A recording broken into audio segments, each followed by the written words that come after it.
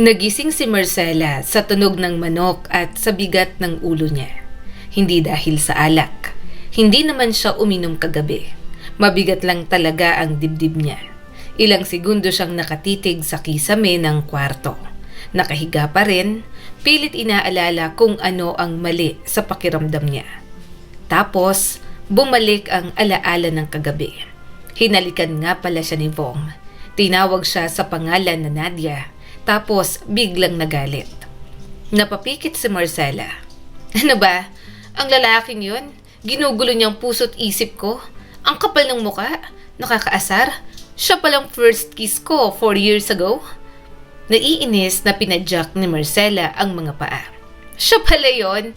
Nakakainis? Ano? Hinalikan niya ako kasi nangungulila siya sa namatay niyang ex? Kapal niya? Mukha naman siyang tae. Lampa pa. Umupo siya sa kama at napansin agad ang katahimikan ng bahay. Sa nakalipas na mga araw, maingay na sa labas sa oras na yon. May mga yabag, may kalansing ng pinggan, at may usapan. Pero ngayon, parang may kulang. Naiinis siya na nagsusuklay sa mahaba niyang buhok. Napakagatlabi siya nang makita ang sulok kung saan naglapat ang mga labi nila ni Vong kagabi. Maglilinis ako sa weekend. Doon ko ilalagay ang aparador. Nakakainis. Ayoko nang maalala. Nadungisan na tong kwartong to. Hindi dapat ako nagpahalik. Naiiritang bulong ni Marcela. Kung makapagsalita naman siya, akala mo naman ako yung humalik. Siya naman. Sabik na sabik pa nga. Pinagkamalan lang pala akong girlfriend o ex niyang namatay. Maya-maya ay lumabas si Marcela ng kwarto. Tinanaw niya ang labas at nakitang nag-iimpake na ang team ni Vong. Mukhang tapos na ang taping at handa na sa pag-alis ang mga ito. Nay, tawag ni Marcela. Nasa kusina ang nanay niya at naghihiwa ng sibuyas. Nakaupo naman sa bangko ang tito niya at umiinom ng kape. Oh, gising ka na pala, sabi ng kanyang ina. Akala ko tulog ka pa. Paalis na sila. Nakapagpaalam na. Maaga pa lang. Yung direktor na si Direk Vong, yung tumuloy ng 3 araw sa kwarto mo, siya na ang naunang umalis. Bago pa magliwanag, umalis na. Sabi ko nga hintayin kang magising para naman makapagpasalamat ka. Kaso sabi niya nagmabadali na. Parang may kumurot sa sikmura niya. Maikli niyang sagot. Pakialam niya ba kay Vong? Ilang araw niya lang naman itong nakilala. Oo, ito ang first kiss niya 4 years ago. Noong pumunta siya sa Maynila. Noong pumunta sila ng kaibigan niya sa pangmayamang party na hindi naman sila imbitado. Nalasing si Marcela roon kasi akala niya juice ang kanyang iniinom. Yun naman pala, cocktail na may alcohol content din. Nalasing siya, nakipaghalikan sa dilim at muntik nang madala sa kama. Nabuti na lang nahimasmasan siya. Paano na lang kung may nangyari sa kanila ni Vong? Mas malalim pa siguro ang ugnayan niya sa binata. May pinaabot na bayad sa assistant ni Direk Vong, dagdag ng tito niya. Maayos kausap at mabait naman. Tumangulang si Marcela. Hindi niya alam kung bakit siya nadismaya. Hindi naman sila. Wala naman talaga. Wala dapat siyang asahan. Wala siyang karapatang masaktan. Pero may kung anong kumirot. Siguro dahil hindi man lang ito nagpaalam. Siguro dahil pagkatapos ng lahat, parang wala lang siya kay Vong. Medyo napabusangot si Marcela. Okay, mabuti naman, umalis na sila. Tahimik na ulit ang bahay. Sigurado ka bang okay ka? Tanong ng nanay niya. Parang mainit ang ulo mo pag gising mo pa lang. Napahinto siya sa pagkuha ng baso. Hindi Nay, guni-guni mo lang yon. Marcela! Sabat ng tito niya. Kilalang kilala ka namin. Huminga siya ng malalim. Okay lang po, pagod lang. Ang dami rin po kasing ginagawa kagabi. Naglinis pa. Hindi na sila nagpumilit. Umupo siya sa mesa at kumain na ng tahimik. Pero kahit ngumunguya na siya, hindi niya malasahan ng pagkain. Paulit-ulit sa isip niya ang ekspresyon ni Vong kagabi. Galit, gulat, at takot. Totoo naman ang sinasabi niya. Siya naman talagang babaeng yon. Nag-cruise na ang mga landas nila. Akala yata nito ay nagsisinungaling siya. Pero baka nga mali siya. Baka nga hindi si Vong ang lalaking yon. Natapos na ba yung shoot nila? Tanong ni Marcela para mabago ang usapan. Oo, sagot ng tito niya. Maganda raw ang kuha. Sabi ng mga kasama niya babalik daw sila kapag showing na. Ngumiti naman ang kanyang ina. Sikat na ang tito mo, iha. Mahina siyang tumawa roon. Hindi niya rin ina-expect na ganoon. Sobrang random naman talaga nang nangyari. Sino bang mag-aakala na may sikat na direktor ng mga palabas ang mapapadpad sa kanila? Nay, maingat niyang tawag nang maalala ang ipon nila. Magkano na lang ho ang kulang? Ang kanyang tito ang sumagot. Kaunti na lang. Kaunti pa. Mapapa-opera mo ng nanay mo. Napatingin siya sa dibdib ng ina. Kahit nakatago sa damit, alam niyang naroon ang bukol. Tahimik na kalaban na matagal na nilang pinoproblema. Hindi na pwedeng patagalin, mahina niyang sabi. Kailangan ka na po talagang magpa-opera, Nay. Napabuntong hininga ang kanyang ina. Pero ayokong maubos ka sa kakatrabaho. Kapag naman natanggal na itong bukol tuloy-tuloy pa rin naman ang gamutan. Nay, mariin niyang sabi. Trabaho lang to. Ang lakas ko pa po. Hindi ako mauubos. Gagawin ko po lahat para maging okay po kayo. Pero alam niyang nagsisinungaling siya. Pagod na si Marcela. Pero hindi pwedeng tumigil. Hindi niya pa kayang mawala ang kanyang ina. Gusto niyang makasama pa ito ng matagal. Ako nang bahala, dagdag ni Marcela. Magdadagdag pa ako ng trabaho. Pwede ako mag-tutor sa hapon o kaya ay summer class sa private school sa bayan. Marcela. Nay, kailangan po nating gawin yon. Putol niya rito. Ayokong lumaki pa yan at mas lalo pong lumala ang kalagayan ninyo. Ikaw na lang po at si Tito ang pamilya ko. Dadalhin ko po habang buhay kung nawala kayong dalawa sa akin na wala man lang po akong nagagawa. Mahal na mahal niya ang mga ito. Nagsikap siyang maging isang ganap na teacher para sa kanyang pamilya. Kaya hanggang kaya niyang gawan ng paraan, gagawin niya para lang makasama niya pa ang mga ito. Hinawakan ng kanyang ina ang kamay niya. Pasensya ka na, anak. Agad siyang tumayo at niyakap ito.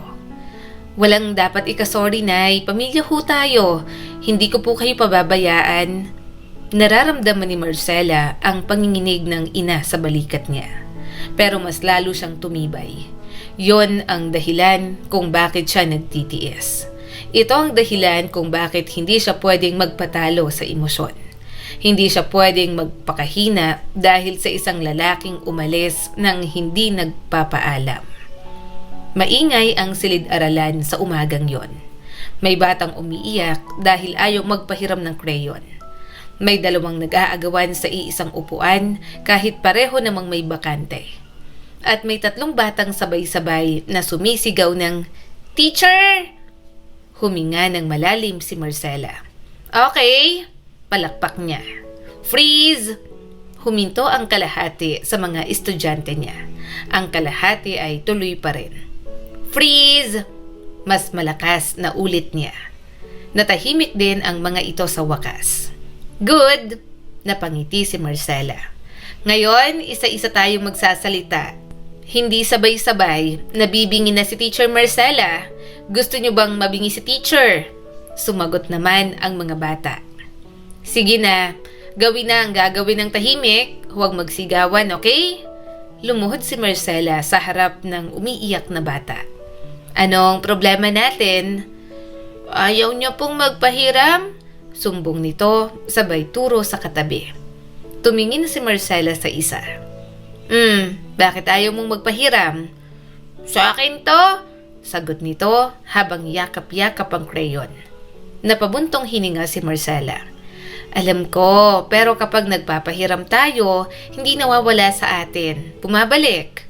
Gusto mo bang may magpahiram din sa'yo kapag ikaw ang walang dala? Saka sharing is caring, 'di ba?" Napaisip ang bata. Mabagal itong tumango. "Sige na nga, magpapahiram na ako. Huwag mong babaliin, ha?" Very good naman, sabi niya at iniabot ang crayon sa kabila. Sa maliliit na sandaling yon, pakiramdam niya ay may nagagawa siyang tama sa mundo. Kapag nagtuturo siya sa mga bata, gumagaan ang lahat ng problema niya. Tanghali nang matapos ang klase, pagod ang binti niya sa kakayuko at kakaluhod. Pero may kakaibang saya na nakadikit sa dibdib ni Marcela. Habang nagliligpit siya ng gamit, tumunog ang cellphone niya sa bag. Nakita niya ang pangalan ni Lara.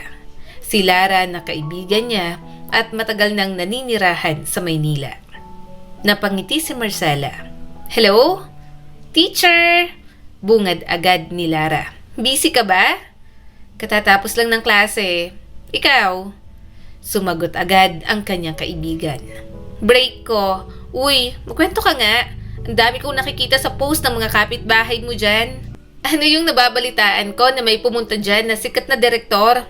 Si Direk Vong ang nakita ko sa mga picture Napangisi si Marcela. Kinalimutan niya na nga, pinapaalala pa ng kanyang kaibigan. Sabagay, imposibleng hindi nito kilala si Vong. Pa-extra-extra si Lara noon sa mga palabas sa TV. Yun nga ang dahilan kaya nakapag-gate crush sila sa isang party noon at sinama pa siya. Huli na niyang nalaman na hindi pala invited ang kanyang kaibigan. Ginawa pa siyang +1. Alam mo ba, tanda mo yung araw na sinabi mong nawalang first kiss mo? Yung party na pinuntahan natin? Party yun para kay Direk Vong? Imporma pa ni Lara. Huminga siya ng malalim. Oo, alam ko na yan. Naalala ko na rin ang first kiss ko. Kung sino ang lalaking humalik sa akin sa party na yon. Gulat na gulat ang boses ni Lara. Grabe! Talaga? Natatandaan mo na? Ilang taon na yun Umupo siya sa maliit na silya ng bata. Halos sumayad ang tuhod niya sa dibdib. Si Direk Vong yung kumuha ng first kiss ko. Sino? Si Direk Vong nga. Ulit pa ni Marcela. Naalala ko na siya yon. Hindi ako pwedeng magkamali. Siya yung humila sa akin sa dilim nun, sa sulok ng villa at nakipaglaplapan sa akin. Nasa boses pa rin ni Lara ang pagkamangha. Seryoso ka ba? Hindi ba joke yan? Talagang si Direk Vong? Girl, ang swerte mo. Ang gwapo niyan Paano mo naalala? Paano ba siya napadpad dyan? Alam niya ba na ikaw yung babaeng yun noon? Hindi. Saad ni Marcela. Mukhang wala naman din siyang pakialam. Mukhang babaero rin. Huwag na nga yun ang itanong mo. Mukhang hindi big deal sa kanya. Kaya dapat hindi na rin big deal sa akin. Napakagatlabi si Marcela. Ano ang sasabihin niya? Na nakipaghalikan ulit siya noong huling gabi ni Vong at team nito sa kanila? Ayaw niyang ipagsabi yun. Nagsisisi nga si Marcela na nangyari yun. Ilang beses niyang pinagalitan ng sarili dahil sa panghihina sa mga halik ng isang lalaking hindi niya naman lubos na kilala. Okay, sabi ni Marcela. Hindi ko alam kung bakit sa dami ng lugar dito siya napadpad sa amin. Akala ko nga sinusundan ako.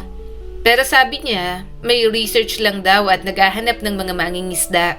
May project daw kasi sila. Nag-shoot sila ng documentary tungkol sa mga mangingisda.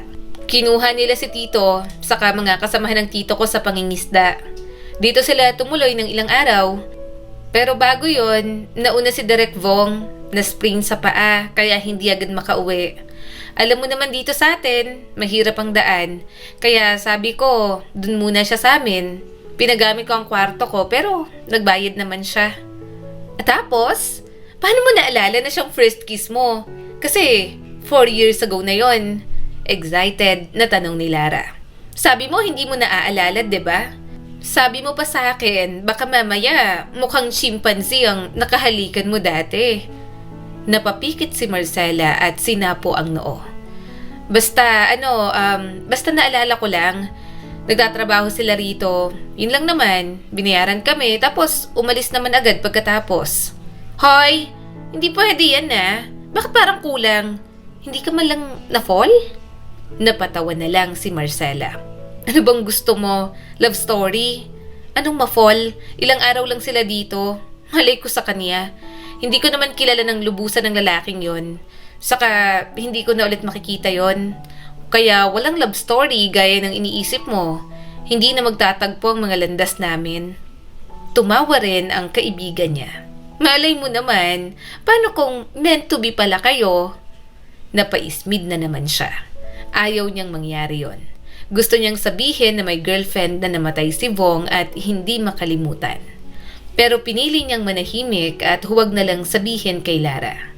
Baka isipin pa ng kaibigan niya na sobra silang nagkalapit ni Vong to the point na alam niya pa ang past ng binata. Kumusta nga pala ang nanay mo? Sa wakas, iniba ni Lara ang usapan. Okay pa naman, sabi niya. Kaunti na lang mapapa-opera na. Nag-usap pa sila sa ilang mga bagay. Pinaalala rin ito na kailangan niyang pumunta sa binyag ng anak nito. Pupunta naman talaga siya, hindi niya yon palalagpasin. Pagkababa ng tawag, nanatili siyang nakaupo. Tumayo siya at nagsimulang maglinis. Habang pinupunasan ng mesa, may batang bumalik sa pinto. Teacher! Oh, bakit bumalik ka? Tanong niya rito. Forgot ko po collar ko. Inabot niya ang pangkulay nito. Salamat po! Napangiti siya. Welcome, ingat pa uwi. Nakangiti itong tumakbo papalabas. Napatingin siya sa bakanting silid. Yun ang mundo ni Marcela. Hindi niya kailangan ng komplikasyon ng buhay ni Vong para maging buo. Mainit ang araw ng Sabado, pero sanay na si Marcela sa init. Nakayapak siya sa buhangin sa likod ng bahay, habang inaayos ang mga daing na nakahilera sa mga kawayan. Marcela, ayusin mo yung gilid! Sigaw ng tito niya. Hindi pantay. Pantay na yan, tito. Sagot niya naman. Ikaw lang yung OC dito. Natawa ang tito niya. Habang inaabot niya ang isang tray, may aninong tumapat sa araw. Tumingala siya at nakita si Yoli. Kapitbahay nila na nagtatrabaho sa resort sa bayan. Hinihingal ito at mukhang nagmamadali. Marcela! Tawag nito. Mabuti nandito ka. Oh, Yoli! Bati niya. Anong meron? Hoy, may good news ako sa'yo. Yung boss namin sa resort.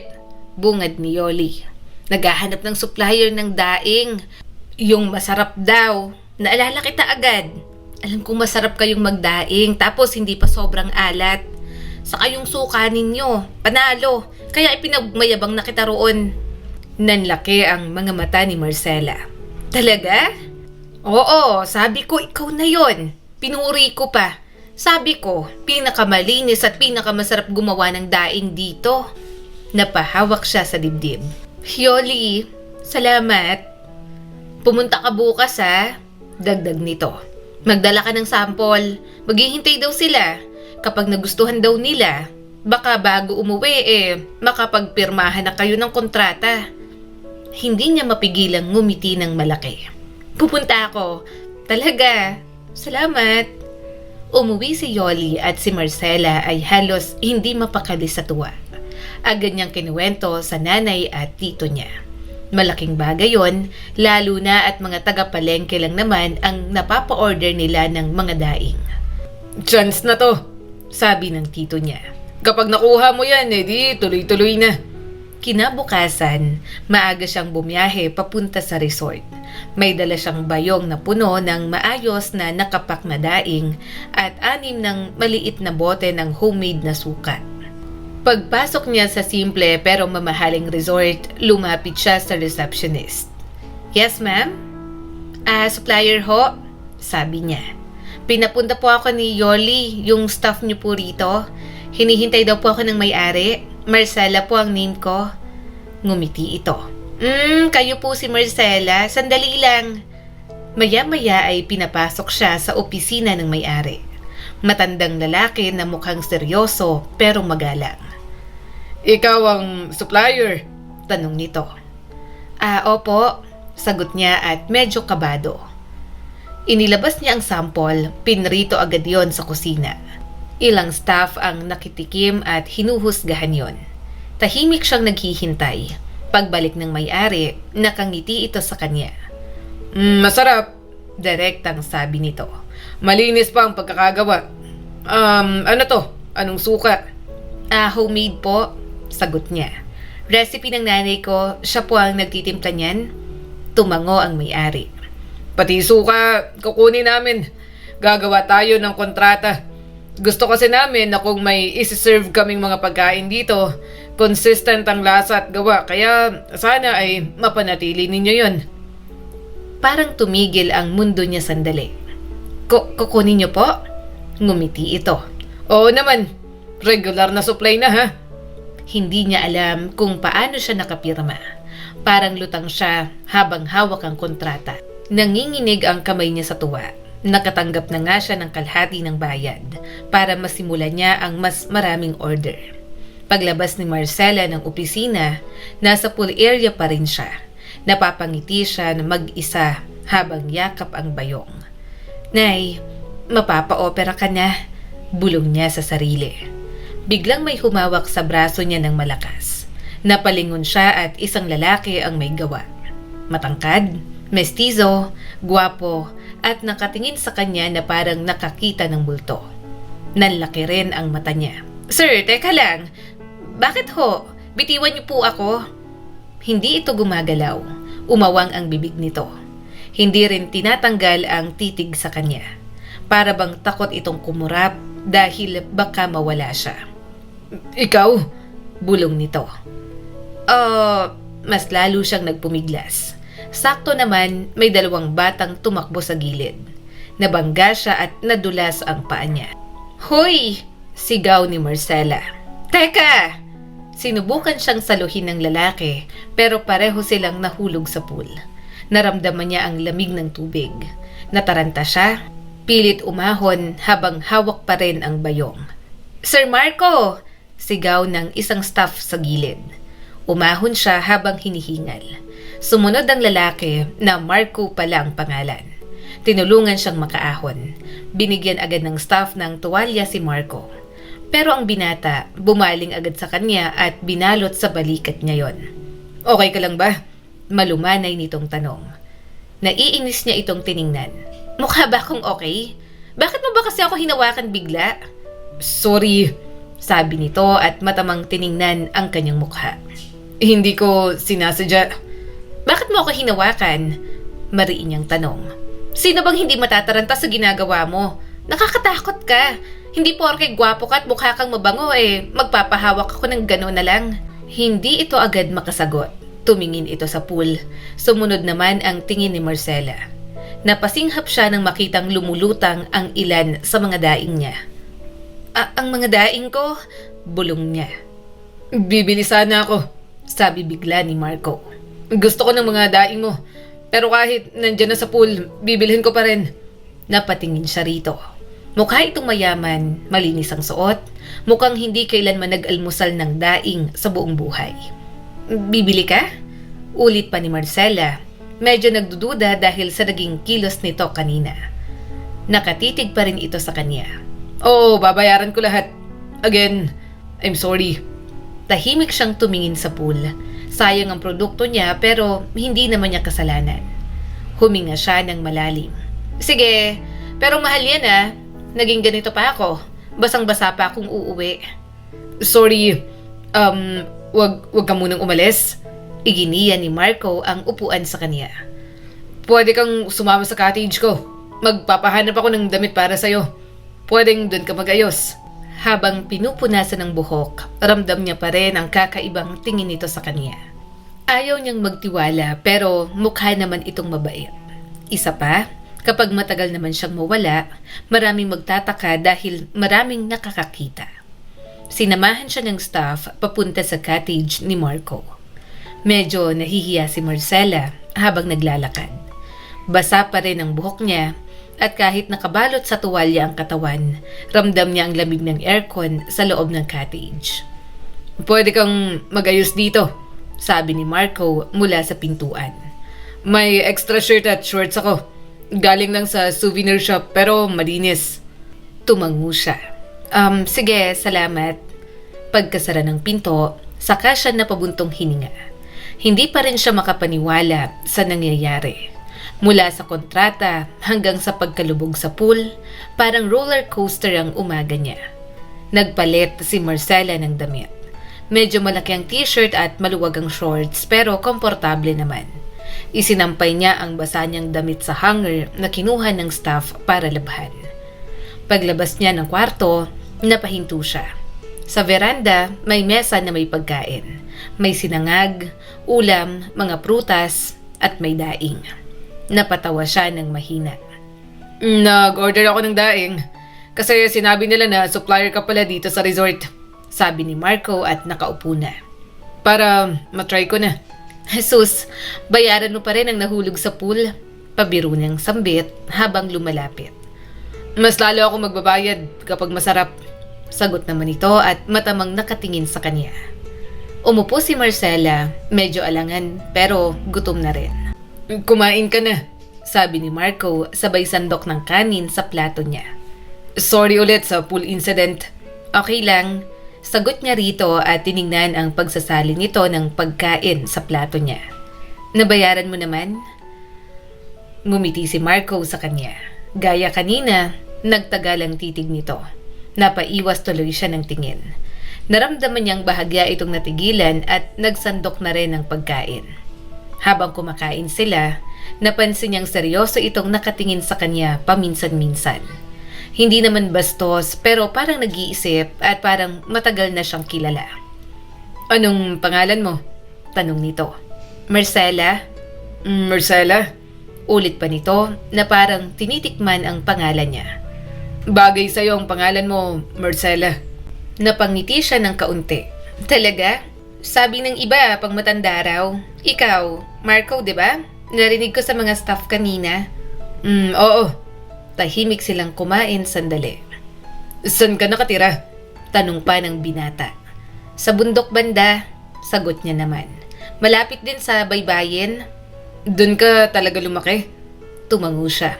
Oo, taga rito talaga ako, simula bata pa. Medyo naiilang siya sa mga tanong nito.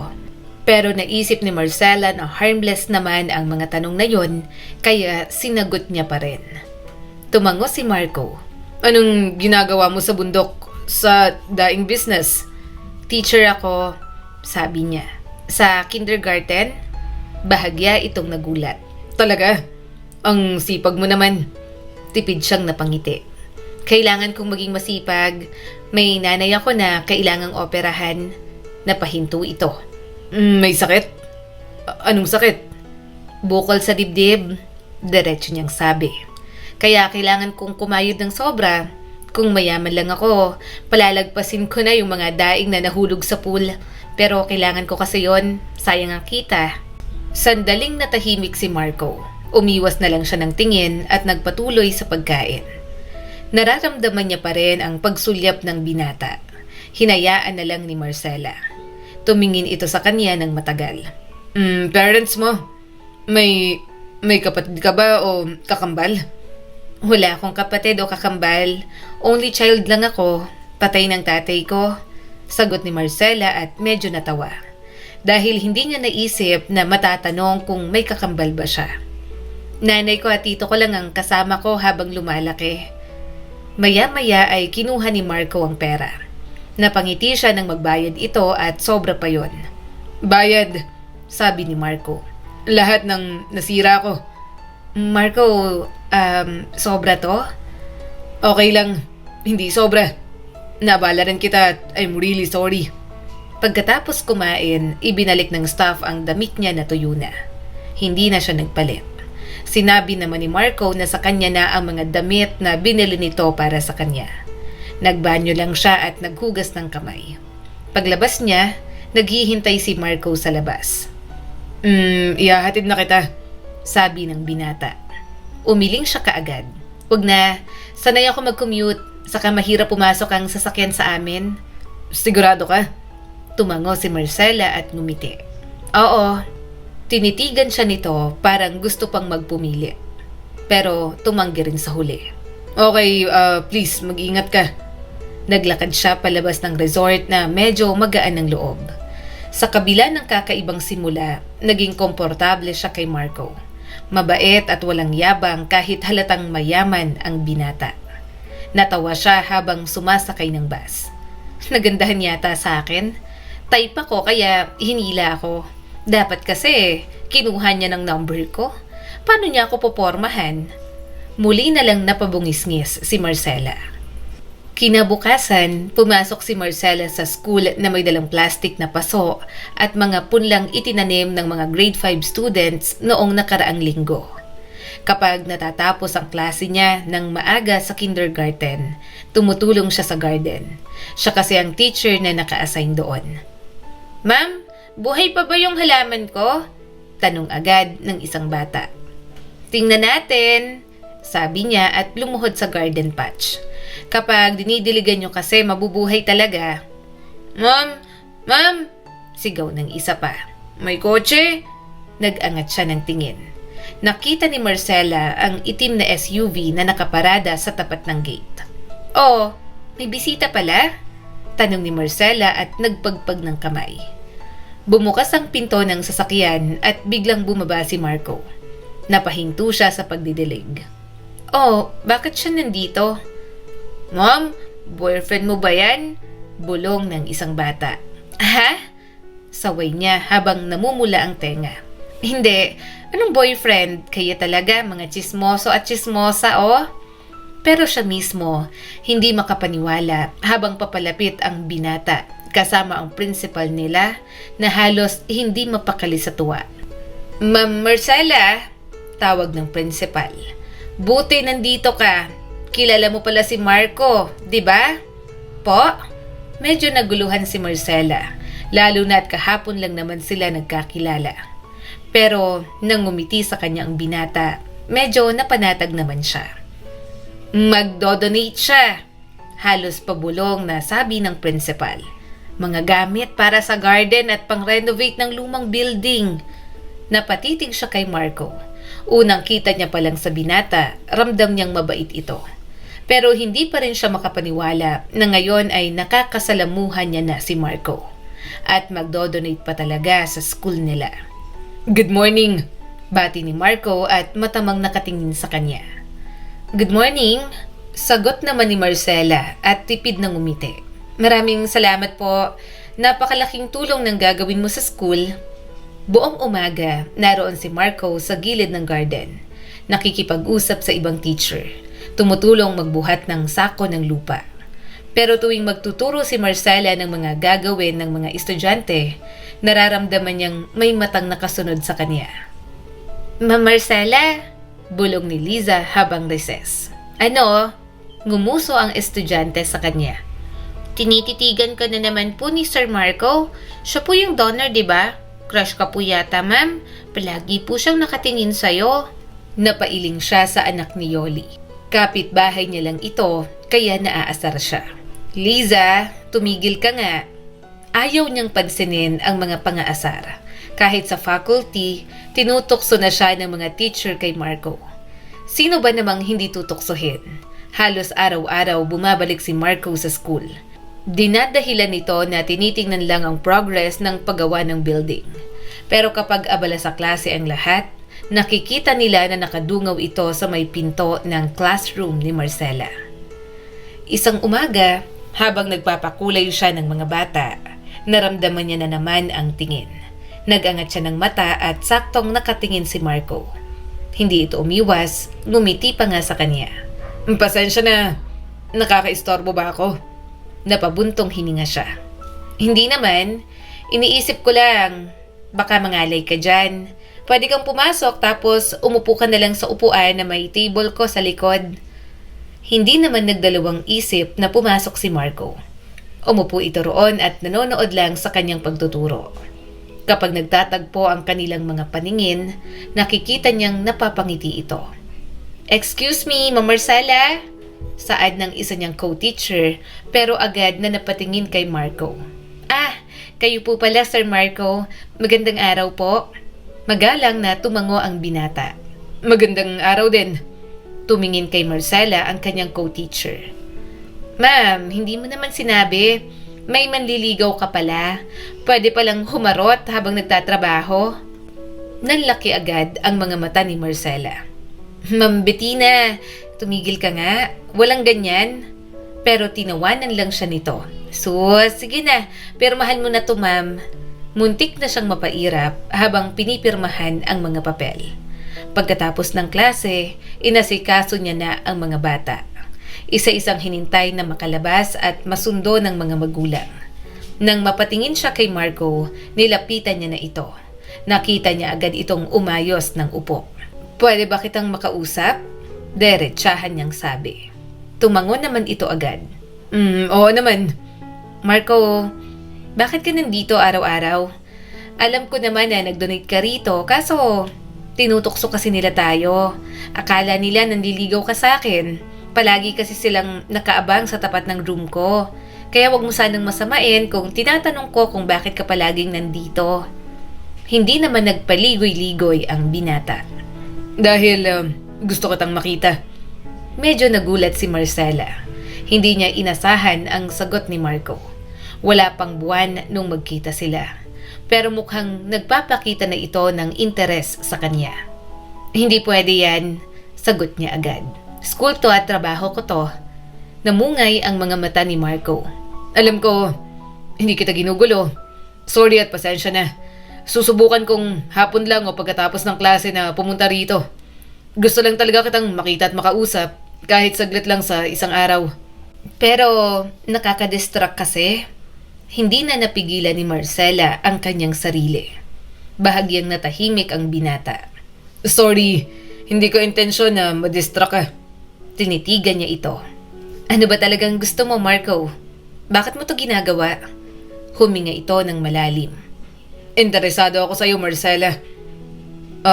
Gusto kitang ligawan. Napakurap siya. Pero hindi mo pa naman ako lubusang kilala. Kaya nga gusto kitang kilalanin. Hindi biro to. Dagdag pa ni Marco.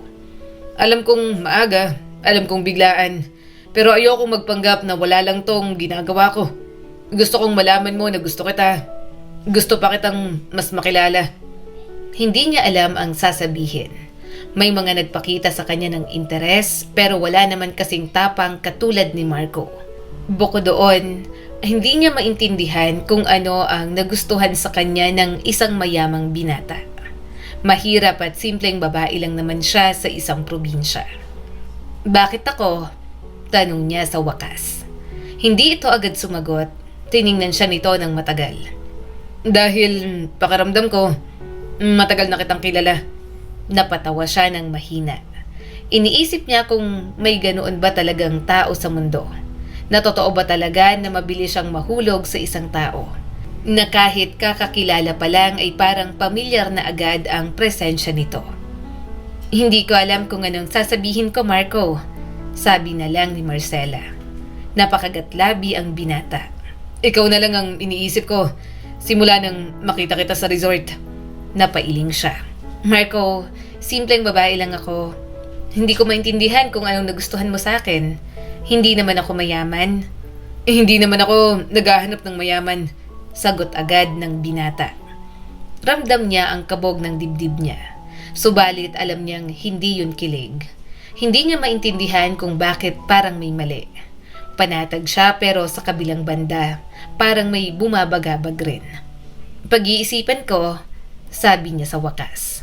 Ngumiti si Marco ng tipid. Maghihintay ako. Pero alam mo na sisimulan ko na ang panliligaw. Marahan na lang tumango si Marcela. Hindi naman niya isinasara ang kanyang puso't isipan sa taong gustong magmahal sa kanya. Pero parang sobrang bilis ng lahat. Parang may hindi tama.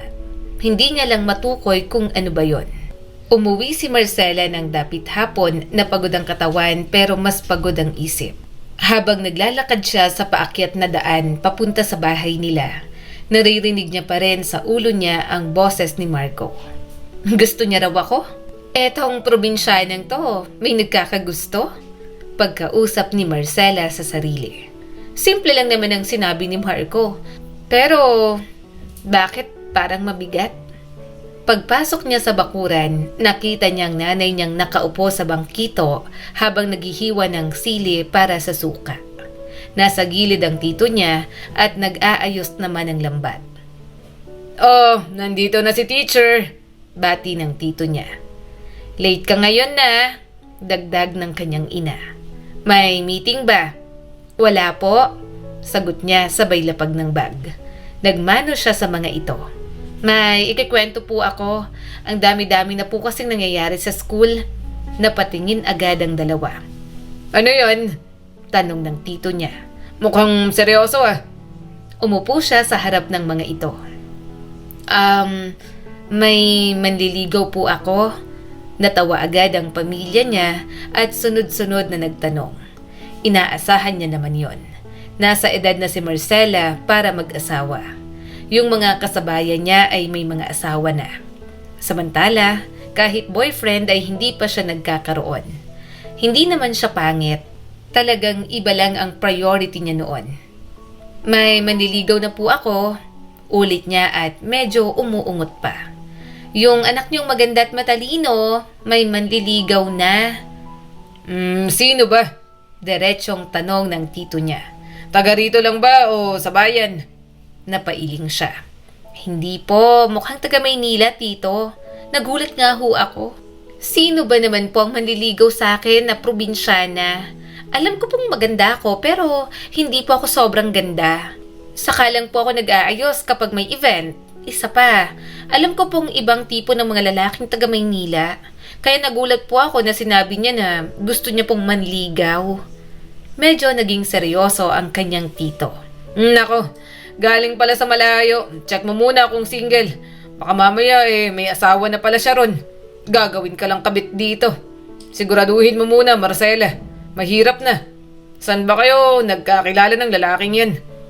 Sa resort ko lang po nakilala kung saan po ako nagsusupply ng mga daing. Paliwanag niya. Kaibigan po yata siya ng may-ari. Tapos kinabukasan po noon, pumunta na po siya sa school. Siya rin po yung nag-donate po sa pagpaparenovate ng mga building sa school. Umawang ang bibig ng kanyang ina. Ibig sabihin mayaman ang manliligaw mo. Opo yata. Ang ganda po ng kotse. Palagi rin pong nanlilibre ng pagkain sa faculty. Hindi ko po alam kung gaano kayaman. Sagot ni Marcela. Nagkatinginan ng dalawa. Tinanong pa siya ng mga ito sa eksaktong nagkakilala sila. Nag-aalala kasi ang mga ito na baka napapalapit na siya sa mga manlolokong tao. Bakit naman nagdo-donate? Tanong ng tito niya habang nakangisi. Para magpapansin sa'yo? Namula naman siya. Siguro, tito, malay ko dun na love at first sight yata sa akin. Natawa ang tito niya ng malakas. Ayos ah. Ang ganda ng pamangkin ko. Lapitin ng mga gwapo at mayaman. Pati si Derek Wong, nilapitan ka diba? Kaya napadpa din dito. Biglang umasim ang mukha ni Marcela. Kinakalimutan niya na nga, pinapaalala pa talaga sa kanya. Pero sa bagay, wala namang alam ang pamilya niya na isang araw siyang naging maharot sa Maynila kasama ang kaibigan niyang si Lara noon. Mabait naman po si Marco, pag-iiba ni Marcela ng usapan. Hindi mayabang at hindi rin po bastos, gwapo, mabango, saka gentleman. Tahimik sandali ang nanay niya bago nagsalita. Anak, masaya ka ba? Hindi ko pa po masabi, Nay. Kinikilala ko pa lang naman po si Marco. Sagot ni Marcela ng dahan-dahan. Pero kung tatanungin niyo po ako sa nararamdaman ko ngayon, masaya naman po, Nay. Napangiti ang kanyang ina. Di okay. Basta huwag mong kalimutan ang sarili mo kapag nagmahal ka. Masarap magmahal, pero lagi kang magtitira para sa sarili mo, anak. Marahang tumango si Marcela. Hindi ko po kakalimutan. Alam ko po yun, Nay. Kinagabihan, hinayaan na siyang magpahinga. Nang makapagpahinga ng kaunti, gumawa naman siya ng mga visual aids na gagamitin niya para sa mga bata. Nag-edit at nag-print na rin ang mga gagamitin ng mga estudyante para sa activity nila bukas. Nang nakahiga na siya sa kama, naisip niyang tawagan si Lara. Hello? Sagot agad ng kaibigan niya. Hoy, buhay ka pa? Buhay pa, sagot niya at natawa ng mahina. May chika ako. Ayan na, I knew it. Sige, spill. Napangiti si Marcela. May nanliligaw na sa akin. Malakas na napatili ang kanyang kaibigan. Nagising tuloy ang anak nito. Natawa siya. Huwag kang sumigaw. Yan tuloy, nagising ng inaanak ko. Excited kasi ako. Inalo na ng asawa ko. Wait, lalabas muna ako. May mga narinig siyang kaluskos bago muling narinig ang boses nito. Sino? Kailan? Paano? Kinuwento niya lahat ang tungkol kay Marco. Mula sa resort hanggang sa school visits. Kinikilig pa nga ang kanyang kaibigan habang nagkukwento siya. Girl, bulong ni Lara. Sagutin mo na yan. Sa kwento mo, mukhang mabait naman. Bumuka ka na agad at magpaanak ka na ng 5. Lara, hindi ako ganyan. Natatawang sabi ni Marcela. Maya-maya ay natahimik siya bago bumuntong hininga. Kaso, medyo weird kasi. Weird? Paano? Masaya ako na may nanliligaw sa akin na katulad ni Marco, pag-amin ni Marcela. Kasi sino ba naman ang hindi matutuwa na may nanliligaw, lalo na't mabait, gwapo, mayaman. Love at first sight ka yata, tukso ni Lara. Mukha nga, kaso paano ko ba to explain? Hindi ko alam kung bakit, pero parang sobrang bilis. Nagsalita muli ang kanyang kaibigan. Ano namang problema? May mga ganyan naman talagang love story, yung mabilis. Alam mo, wala naman yan sa panahon. Basta na-prove na mahal ka, carry bells na Marcela. Alam niya naman yon. Kaya nga may mga whirlwind romance. Naniniwala rin siya sa love story na mabilis ang pacing. May nagtatagal naman sa ganoon na kahit maikli ang naging magkasintahan, hanggang dulo ay ang mga ito pa rin ang magkasama. Pero hindi niya alam kung bakit parang hindi siya komportable sa pag-ibig na mabilis pagdating kay Marco. Hay, hindi ko alam, bulong ni Marcela. Parang may mali. Mali saan? Hindi ko ma-explain, sagot pa niya. Parang masyadong maganda para maging totoo. Natahimik ang kanyang kaibigan. Takot ka lang, sabi ni Lara sa wakas. Hindi ka sanay na may taong gustong alagaan ka, kaya ka ganyan. Nasanay ka kasi na kapag may manliligaw ka, tinataboy mo. Kaya ngayon parang nasanay ka na ng sistema mo na kapag may nagpakita ng interes, lalayo ka agad. Subukan mo munang mas kilalanin pa. Nasa tamang edad ka na naman para mag-asawa. Aralin mo muna ang sarili mo kung paano ka magmamahal sa isang tao. Muli siyang napaupo sa kama. Hindi lang naman kasi yon. Parang may kulang. Parang may bahagi sa akin na nagsasabing wag. Instinct ba yan, Marcela? Anong gagawin mo? Tanong ng kanyang kaibigan. Huminga siya ng malalim. Hindi ko itataboy pero hindi rin ako basta-basta munang bibigay. Oo, kilalanin mo muna. Pero syempre, habang kinikilala mo, ihanda mo rin buksan ang puso mo. Kasi kung hindi, magiging unfair ka naman sa nanliligaw sa'yo. Baka mamaya, mapaasa mo lang. Deserve mong sumaya pero wag mong kalimutan na iwasang manakit ng feelings ng ibang tao. Tumango si Marcela. Yun nga ang gagawin ko. Pagkatapos nilang magpaalam, muli siyang humiga sa kama. Sa dilim ng kwarto, bumalik sa isip niya ang titig ni Marco. Naalala niya ang titig ng binata nang una silang magkita. Para bang kilalang kilala siya ni Marco. Pilit niyang iniisip kung ano ba ang mga bumabagabag na pakiramdam sa kanya. Pero sa bandang huli, nanatiling blanko lahat ng mga tanong na gusto niya ng kasagutan. Sa mga sumunod na araw, naging consistent naman sa panliligaw si Marco. Palagi itong bumibisita sa school at hatid sundo pa siya. Isang hapon, pagbaba nila mula sa school, mabagal ang lakad ni Marcela dahil sa init ng hapon. Bit-bit niya ang bag na puno ng mga papel ng mga bata. Nasa tabi niya si Marco, hawak ang payong na ito mismo ang nagpilit na magbukas. Hindi mo kailangan gawin yan, sabi niya at medyo nahiya. Sanay ako sa araw, saka hindi mo rin kailangan na samahan pa ako hanggang bahay. Hindi makakapasok ang sasakyan, kaya kailangan talagang lakarin. Alam ko naman, sagot ni Marco. Pero hindi ako sanay na pabayaan ka sa araw. Kapag hanggang doon lang kita binababa, nag-aalala ako sa'yo. Saka lang ako nakakampante at nagmamaneho pa uwi kapag nag-text kang nasa bahay ka na. Napailing siya pero hindi napigilang ngumiti. Bago talaga sa kanya ang katulad ni Marco na manliligaw. Tahimik silang naglakad sandali. Naririnig na ang mga huni ng ibon, ang hangin na dumadampi sa dahon, at ang mga batang naglalaro sa malayo. Pagdating sa bakuran, napatigil si Marcela. "Nandito na. Salamat sa paghatid sa akin." Lumabas ang nanay niya mula sa kusina. "Oh, Marcela!" Napahinto ito nang makita si Marco. "Ay, ang manliligaw mo pala." "Nay," sabi niya. Eto po si Marco." Magalang na yumuko si Marco. "Magandang hapon po." Ngumiti ang kanyang ina. "Magandang hapon. Pasok ka muna, iho." "Salamat po. Pero may aasikasuhin pa po ako. Hinatid ko lang po talaga si Marcela hanggang dito kasi nag-aalala po ako." Imporma ni Marco. Tiningnan siya ng nanay niya na parang may gustong sabihin. Naiilang na tumango si Marcela. "Sige, salamat ulit." Sambit na lang niya. Bago umalis si Marco, saglit itong tumingin sa kanya. "Baka mawala ako ng ilang araw. Kailangan kong bumalik sa Maynila para sa ibang bagay. Sana mag-reply ka sa mga text ko at sumagot ka sa tawag ko." Napakurap siya.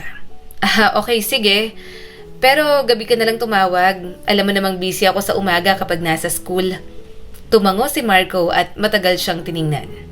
"I'm gonna miss you." Bahagyang namula si Marcela. Sige, ingat. Balik ka na lang ulit kapag may time ka." Ngumiti ang binata bago tumango. Umalis si Marco at pumasok siya sa bahay na medyo mainit pa rin ang pisngi. "Nasaan po si Tito?" Tanong niya at nagmano na sa kanyang ina. "Nasa kabilang bahay," sagot ng nanay niya. "Naghatid ng lambat." Tumango si Marcela. "Maliligo lang po ako. Kanina pa ho ako nanlalagkit." Pumasok siya sa kwarto pero napasigaw siya sa bumungad sa kanya. Napaatras siya sa pinto. Nakatayo sa gitna ng kwarto si Vong, hubot-hubad mula bewang pataas. May hawak na damit na isusuot pa lang. Natigilan din ito, pero imbes na magpanik ay napangisi pa sa kanya. "Uy!" Kalmado nitong sabi. "Hello, miss mo ko, no?" "Nay!" Sigaw niya. "Nay!" Dumating agad ang nanay niya na hinihingal. "Ano yon?" "Ay!" Napahawak ito sa noo. "Nako, sorry anak, hindi ko nasabi." "Ano po to?" Gulat niyang tanong. "Bakit nanditong lalaking yan?" "Dumating si Vong kanina," paliwanag ng kanyang ina. "Magbabakasyon daw ulit at nagustuhan daw ang lugar natin. Dito raw muna titira, kaya pinagamit ko ang kwarto mo gaya dati. Magbabayad naman siya, anak." Napatingin siya kay Vong. Nakasando na ito ngayon, pero nakangisi pa rin. Nag-move on na nga siya rito ay talagang babalik pa para mangbwisit. "Sorry," sabi ni Vong pero halatang hindi seryoso. "Akala ko, alam mo na nandito ako." "Hindi ko alam." Balik niya. "Bakit ka nasa kwarto ko?" "Eto lang ang may maayos na bintana," sagot ng kanyang ina. "At nandito ang ventilador na maayos din. Saka dito mo naman siya pinatuloy nung nakaraan, hindi ba?" Oo, at desperado sila sa pera. Pero ayaw niyang makita pa si Vong. Sa lahat ng lalaking nakasalamuhan niya, ito lang ang nakahalik sa kanya. Pinagkamalan pa siyang girlfriend nito na namatay. Galit pa nga nang umalis. Kaya hindi niya maintindihan kung bakit pa ito bumalik. Napabuntong hininga siya ng malalim. Masama niyang tiningnan ng binata na nakangiti pa sa kanya. Hindi niya alam kung ano ang trip nito, pero hindi na talaga siya magpapadala. "Pwede ka muna sa kwarto ko, anak," sabi ng kanyang ina. "Mamaya'y aayusin natin." Umalis ang nanay niya at iniwan silang dalawa. Nakatingin lang sa kanya si Vong. "Anong ginagawa mo dito?" Tanong niya. "Bakasyon nga, pwede ba?" Hindi siya agad nakasagot. May kung anong bumalik na bigat sa dibdib niya. Isang bigat na akala niya'y nakalimutan na niya. Napatingin si Marcela saglit sa mga labi ng binata. Agad siyang umiwas ng tingin. Bahagyang nawala ang ngisi ni Vong. Tinitigan siya nito na parang sinusukat ang kanyang mood. Siya nga pala, habang naliligo ako, narinig ko na may naghatid sa'yo. Sino yan? Boses lalaki. Napairap si Marcela. Pakialam mo ba? Wow! Ganyan ba kayo sa guest ninyo? Ang mahal ng binayad ko tapos ganyan mo lang ako itatrato. Kapag sa akin ang sungit mo at ang sama ng ugali mo. Pero kapag sa ibang lalaki, ang lambing-lambing ng boses mo. Sino ba yung kasama mo kanina? Manliligaw mo? Grabe. Isang buwan lang ako nawala, may manliligaw ka na agad. Masama niya itong tiningnan at mariing binulungan. Syempre, maganda ako. Anong tingin mo sa akin? Hindi ligawin? Bakit? Ikaw lang din naman ang gumagawa ng ikakasama ng ugali ko sa'yo ah. Akala mo, nakalimutan ko ng ginawa mo sa akin? Namungay ang mga mata ng binata. I'm sorry. Hindi agad nakasagot si Marcela. Natigilan siya sa sorry nito. I'm sorry. Mahina nitong ulit habang matamang nakatingin sa kanya. I'm sorry na nawala agad ako nang hindi mo lang tayo nag-uusap ng maayos. Umuwi man ako sa Manila pero ang diwa ko parang nandito pa rin. Hindi ako makatulog. Mas lalo ko napagtanto na iba ka. Ibang-iba, Marcela. Naiwan dito at iniisip yung halik. Yung una, saka huli. Nanlaki ang mga mata ni Marcela. Hoy, ang ingay mo. Marinig ka ng nanay ko. Sasabihin, kalad ka rin akong babae. Nakikipaghalikan ako sa hindi ko boyfriend. Huwag mong sasabihin yan kahit kanino ah. Kalimutan na natin yon. Kinalimutan ko na rin naman. Dinilaan nito ang pang-ibabang labi. I'm sorry. Now, I realize it's you. Ikaw nga yun. I'm sorry na inisip ko na ikaw ang girlfriend ko dati. But I'm wrong. Magkaiba kayo. Magkaiba, Marcela. Hindi niya napigilang mapatitig dito. May kung anong nakita si Marcela sa mga mata ni Vong. Parang munting pagkilala, munting pagkumbinse sa mga bagay na hindi niya alam kung para saan. Sa mga sumunod na araw, tila naging mas maliit ang bahay nila. Hindi naman talaga lumiit ang dingding o bumaba ang kisame. Pero para kay Marcela, parang masikip na masikip ang bawat sulok dahil kay Vong. Tuwing umaga, kapag papasok siya sa kwarto para kumuha ng damit, nandoon ito. Minsan, nakaupo sa gilid ng kama, nagche-check ng cellphone. Minsan nakahiga, nakatitig sa kisame. Minsan naman, nakaupo sa sahig at nag-i-edit ng kung ano-ano sa laptop. At sa tuwing magtatama ang mata nila, may kung anong tahimik na alon na dumadaan sa kanilang pagitan. Hindi komportable, hindi rin malinaw. Basta may tensyon na hindi niya maipaliwanag. Isang umaga, pumasok siya para kumuha ng uniform. Nakita niyang nakabukas ang bintana at nakasandal si Vong doon. Ngumisi agad si Vong. Etong babae na to, hindi talaga kumakatok. Paano na lang kung hubo pala ako rito? Eh di nakita mo. Okay lang, maliit naman. Nanlaki ang mga mata nito. Bakit Marcela? Anong maliit? Kinakapa mo ba to kapag tulog ako sa gabi? Binato niya ito ng unan. Ang baboy mo? Mukha bang pinagnanasaan kita?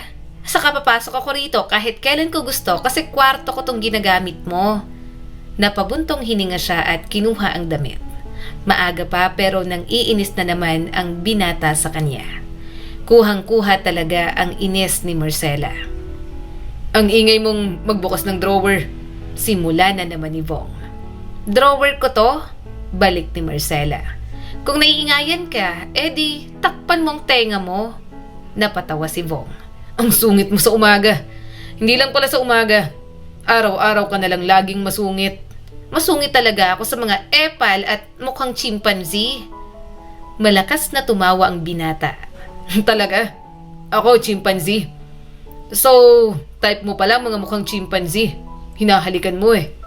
Agad siyang lumapit dito at tinakpan ng kamay ang bibig nito. Ang ingay mo talaga. Kaunti na lang, bubusalan na kita ng panty. Pigil na pigil ang tawa ni Vong sa kamay niya. Sinamaan niya naman ito ng tingin. Kinalimutan na nga ni Marcela, pinapaalala pa sa kanya. Lumabas siya ng kwarto na may dalang damit. Pero naririnig pa rin niya ang mahinang tawa nito sa likod niya. at nakakainis na may parte sa kanya na gustong ngumiti. Nagsimula na ring sumama si Vong sa school. Nung una, sinabi nitong maglalakad lang ito sa paligid. Pero sa huli, sumasabay na ito sa kanya tuwing umaga. Oh, bakit namamasyal lang naman ako? Bakasyon ko to. Sa kindergarten? Tanong ni Marcela at kaunti na lang ay mangbabato na ng pambura sa board. Mahilig kasi ako sa mga bata. Pinadaan pa ni Vong ang daliri sa lamesa. Kaya ko rin gumawa ng bata. Palihim niya itong sinipa sa binti. Asar na siya pero si Vong halatang tuwang-tuwa kapag napipikon siya. Teacher, bakit mo po sinipa si kuya? Hindi po ba bad po ang manakit ng kapwa? Tanong ng isang bata. Nanlaki naman ang mga mata ni Marcela. Pero ang likod niyang nasa kamay, kinukurot kay Vong na natatawa. Ha? Hindi nananakit si teacher. Ba't talaga yon? Tumama lang ang paa ko. Nagsorry nga ako sa kanya eh. Ngumiti naman ang bata sa kanya. Sumilip si Vong mula sa likod. Kinukurot nga ako ng... Tumawa si Marcela sabay takip ng bibig nito. Ikaw? Ang daldal mo no? Ang sarap mong tirisin na parang kuto. Tawang-tawa si Vong at inalis ang kamay niya. Hindi na alam ni Marcela kung matatawa o maiinis. Pagdating sa school, hindi maikakaila ang presensya ni Vong. Matangkad, gwapo, may dalang kamera paminsan-minsan. Hindi ito mukhang taga roon kaya talagang napapansin na parang si Marco. Kaya hindi nakapagtataka na napansin agad ito. Marcela, tanong ng kapwa niya teacher. Boyfriend mo? Hindi Agad niyang sagot. Hindi ako nagbo-boyfriend ng pangit. Suminghap ang co-teacher niya. Anong pangit? Bulag ka ba? Ang gwapo niya oh. Manliligaw? Ang dami mong manliligaw ngayon Bentang-bentang ganda mo sa mayayaman, gwapo at mga taga Maynila. Muntik nang mapairap si Marcela. Malay ko ba sa kanila? Basta yung lalaking yan, hindi ko manliligaw yan. Nakakainis na nga eh. Sigurado ka? Tukso nito. Kasi nakatitig siya sa'yo kanina pa oh. Paano kung manligaw? Di, dalawa ng manliligaw mo? Sabi mo naiinis ka dyan, so si Marco ang mas bet mo. Nasaan na ba yun ngayon? Nasa Maynila, may inaasikaso lang. Mahina niyang sagot. Napalingon si Marcela sa labas kung nasaan si Vong. Nakikipag-usap ito sa mga grade 6 student na nagbubunot ng mga damo. Nang mapatingin ito sa kanyang gawi, agad siyang umiwas ng tingin. Hindi niya alam kung bakit pagdating kay Vong, mas may kaba at mas may tensyon. Pero kapag naman nasa malapit ito at sa kabila ng asaran, nakakaramdam din si Marcela ng kapanatagan. Sa recess, mas lumala ang chismis. Dalawa raw ang manliligaw mo? Tatanong ng isa. Hindi totoo yan, mariin niyang sagot. Sino yung isa pa? Kaibigan, sagot niya, kahit hindi niya alam kung sino ang tinutukoy ng mga ito. Kung si Marco ba o si Vong. Pareho kasing nakakalito. Pag uwi nila, tahimik ang lakad niya. Ramdam niyang presensya ni Vong sa tabi niya. Anong problema? Tanong nito. Huminto siya at huminga ng malalim. At ano ba talagang gusto mo? Diretsahan niyang tanong. Natigilan si Vong. Anong ibig mong sabihin? Bakit ka nandito? Bakit ka sumasama sa school? Bakit ka nakatitig sa akin na parang may hinahanap ka? Ano bang gusto mo talaga? Nanahimik sandali si Vong at pagkatapos tumingin ito ng diretso sa mga mata niya. Gusto kita. Nanikip ang dibdib ni Marcela. May manliligaw ako. Sa kanong gusto? Gusto mo ako ng ganyan kadali lang? Ganoon din ang tanong niya kay Marco. Hindi niya lubos maintindihan kung bakit parang sinasabog sa kanya ng mga ito ang mga damdaming yon. Bakit? Madali ba yung 4 na taon? Tanong bigla ng binata. Medyo nagulat siya roon.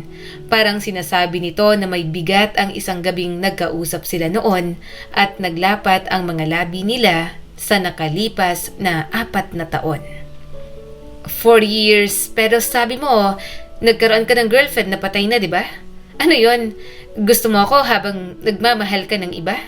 Tanong niya rito. Umiwas ito ng tingin pero nakita niya sa mga mata nito ang kaguluhan. Ang girlfriend ko na si Nadia noon, we've been together for a year. Bago siya mamatay, ready na ako magpakasal. It's been 3 years simula nang mawala siya. At sinabi ko sa sarili ko na baka ikaw na yung dinala sa akin ng Diyos para iparealize sa akin ang mga bagay na hindi ko nakita noon. Baka gusto ng Diyos na magkaroon ako ng bagong simula, kaya tayo pinagtagpo ulit. Napalunok si Marcela. Hindi siya makapaniwala sa mga sinabi nito. Hindi niya lubos na kilala si Vong, pero may malaking bahagi sa kanyang puso na agad na nagtitiwala rito. Mas nagtitiwala kaysa kay Marco na kakakilala niya pa rin naman. Namamangha siya kay Vong sa kabila ng pagkawala ng una nitong minahal, handa itong sumubok muli at bumangon. Delikadong magmahal ng ganoong klase ng tao. Pero sa nakikita niya sa determinasyon sa mukha nito, pakiramdam niya kaya nitong panindigan lahat ng mga sinasabi. Paano ngayon yan? May naliligaw na sa akin? Yun na lang ang nasabi ni Marcela. Ngumiti naman si Vong. May the best man win na lang siguro. Napangiwi siya sa inis. Hindi contest to? Kaya nga, alam ko rin naman, hindi to mali. Sagot nito. Kung gagawin mo lang akong rebound, mariin niyang sabi. Dahil hindi ka pa nakaka-move on sa ex mo na namatay, wag na lang. Naglakad na siya palayo nang matigilan si Vong. Hindi ito agad nakasagot, halata namang affected pa. Pero hindi niya naman siguro yon matatanggal sa lalaking totoong nagmahal. Tinalikuran niya ito at naglakad na papalayo. Marcela! Tawag ni Vong. Hindi siya huminto, hinabol siya nito sa parang. Hindi ganon! Sigaw ni Vong. Makinig ka muna! Huminto siya pero hindi lumingon. Hindi kita ginagawang rebound, sabi nito ng hinihingal. Kung rebound ka lang, matagal na ako naghanap ng iba. Ilang taon na ako may pagkakataon. Ngayon lang kasi pakiramdam ko may dahilan ng lahat ng to. Sa dami ng babae, ikaw lang, taga rito ka. Pero hindi ko inasahan na dito kita makikita. Sabi mo, nagkita na tayo nun, na ikaw ang babaeng yon. Naniniwala ako. Sorry kung tinatanggi ko nung una. Pero naniniwala naman ako at habang nasa Maynila ako, wala ka sa paningin ko. Ang dami kong iniisip na baka nasa tamang timing lang ang lahat para sa ating dalawa. Dahan-dahan siyang lumingon. Nanligaw ba ako sa iba? Tanong nito. Hindi. Kasi hindi pa ako handa. Kasi hindi pa tapos. Pero ngayon handa na ako. Bukas ng puso at isip ko para rito. Tahimik siyang nakikinig. Pero ngayon, bulong nito. Paunti-unti ko nang natatanggap na may mga bagay na hindi nababalik. Na may mga taong mananatiling alaala na lang. Hindi ko nakakalimutan si Nadia. Pero sa mga nakalipas na taon, natatanggap ko na. At ngayon, handa na akong magsimula ulit. Lumapit ito ng isang hakbang. At gusto kong ikaw ang simula, Marcela. Napatitig siya rito. Walang biro sa mukha ni Vong. Ngayon, alam na niya kung ano ang bumabagabag sa kanya. Hindi lang ba sa damdamin, kundi isang tao. Isang taong hindi naman sobrang lalim ng koneksyon sa kanya, pero nakabaon na agad sa buong sistema ni Marcela. Ayaw kitang gawing kapalit, dagdag pa ni Vong. Ayaw kitang gawing anino ng nakaraan. Gusto kitang makilala bilang ikaw. Ikaw si Marcela. Biglang natahimik ang paligid, naririnig lang niya ang hangin at ang tibok ng puso niya. Hindi ako madaling naniniwala, mahina niyang sabi. Alam ko, sagot nito. Kaya patutunayan ko. Hindi agad siya sumagot. Gusto niyang umatras, gusto niyang tumakbo, pero may parte sa kanya na gustong manatili. Napapikit sandali si Marcela. Pagdilat niya, nandoon pa rin si Vong na parang naghihintay sa kanya. Hindi pa ako sasagot, sabi niya sa wakas. Ngumiti ito ng kaunti. Okay lang. Alam ko namang kasama sa panliligaw ang paghihintay. Kaya kong maghintay, Marcela. Napailing siya. Ang kulit mo? Tumalikod siya at naglakad. Sumunod naman agad si Vong. Pinilit niyang mauna dahil sa pagkakataong yon, hindi na niya mapigilan pa ang kanyang labis na pagngiti. Malinaw sa kanya na mas matimbang si Vong sa puso niya. Yun nga lang, hindi niya alam kung kailan hahanap ng tiyempo na sabihin kay Marco. Pero sa mga sumunod na araw, mas marami pa palang kayang bumigat kaysa sa gulo ng puso. Habang naglalakad si Marcela pauwi galing sa school isang hapon, hawak ang listahan ng bayarin para sa ospital.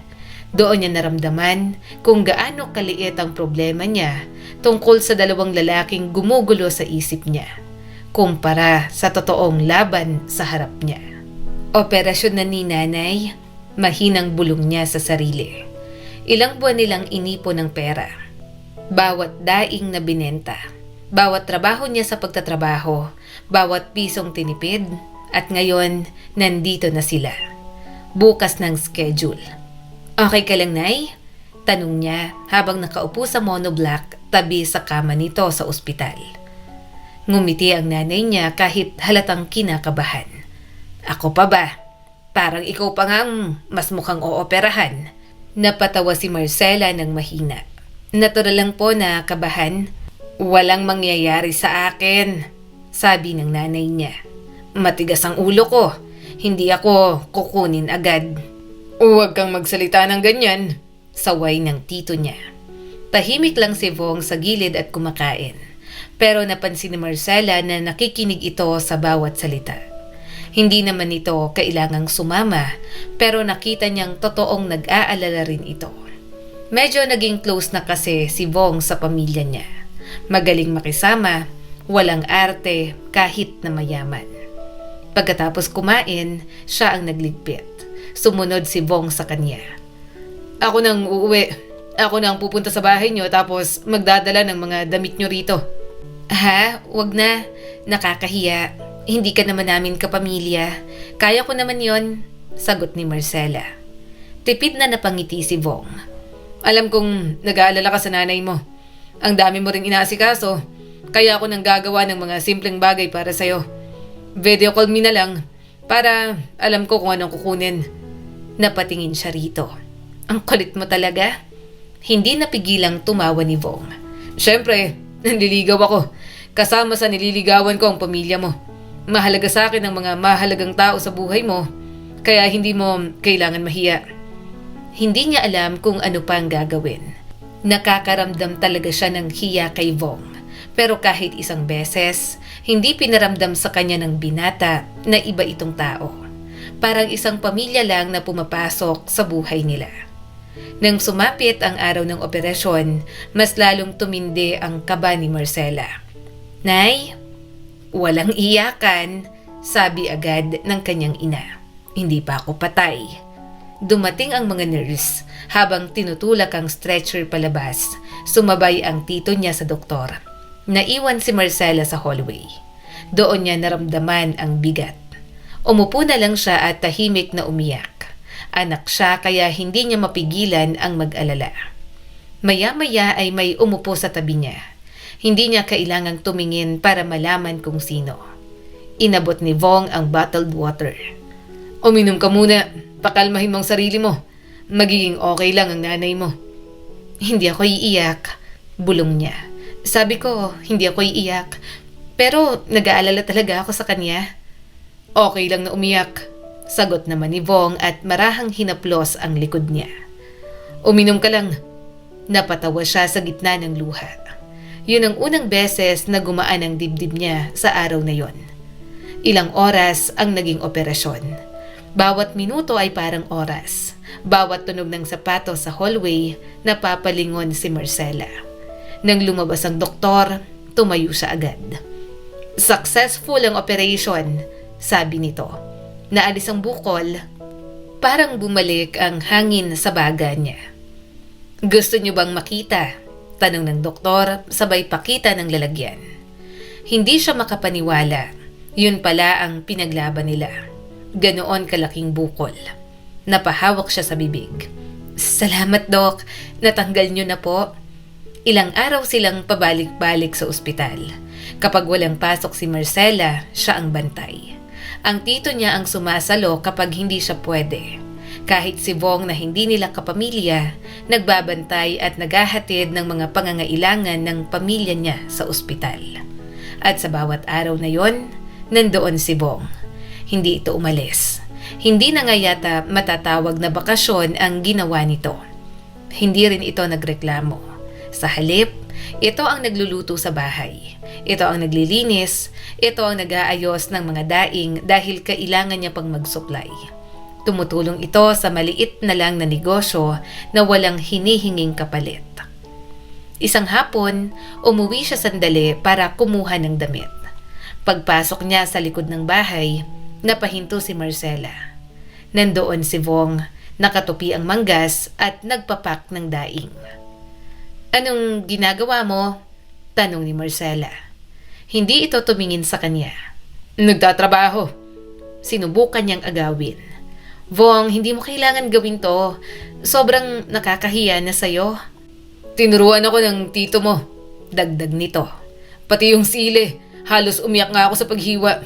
Pero okay lang, masaya namang kumilos dito sa bahay nyo. Saka wag mo akong pigilan, kaya ko naman." Napatingin siya sa chopping board. Tambak na sili ang nandoon. Kaya pala naka-shades ang loko. "Bakit ginagawa mo to?" tanong niya ng mahina. Simple lang ang naging sagot ni Vong. "Kasi kailangan mo ng tulong." Gusto niyang maiyak sa hiya at saya. Pakiramdam ni Marcela, walang kahit sinong makakapantay sa effort na ginagawa ni Vong para sa kanya. Ilang araw pa, dumating ang bill. Kulang sila sa pera. Tahimik niyang tinitigan ng papel. Hindi sapat ang ipon at napahinga na lang siya ng malalim. "Uutang na muna siguro ako," sabi niya sa sarili. Pero bago pa siya makatayo, iniabot ni Vong ang isang sobre. "Nadagdagan ko na." Nanlaki ang mata niya. Ano?" "Kulang sagot nito. "Hindi ko naman ipapautang. Don't worry. Bigay ko na sa nanay mo. Tulong ko. Ang sarap magluto ng nanay mo. Kahit ang palaya na ayoko, napapakain niya ako. Pangbawi ko yan." "Hindi pwede," mariin niyang sabi. "Hindi kayo tatanggapin. Ang laki ng halagang dinagdag mo. O kaya utang to." Tinitigan siya nito. "Kung ako ang nasa kalagayan mo, gusto ko may tutulong sa akin. Kung maglalaan ka ng pera, para na lang sa mga susunod na gamutan ng nanay mo. Tanggapin mo na yan. Huwag mo rin sanang isipin na kailangan mong ma-pressure na sagutin ako dahil nagbigay ako ng pera. Hindi ganun. Busted man ako o sagutin mo, tutulong pa rin ako sa nanay mo. Napalapit na kayo sa akin kaya magaan sa akin ang makatulong." Doon siya napaiyak ulit. "Salamat," bulong niya sabay yakap kay Vong. Ngumiti lang ito. "Bawi ka na lang sa date.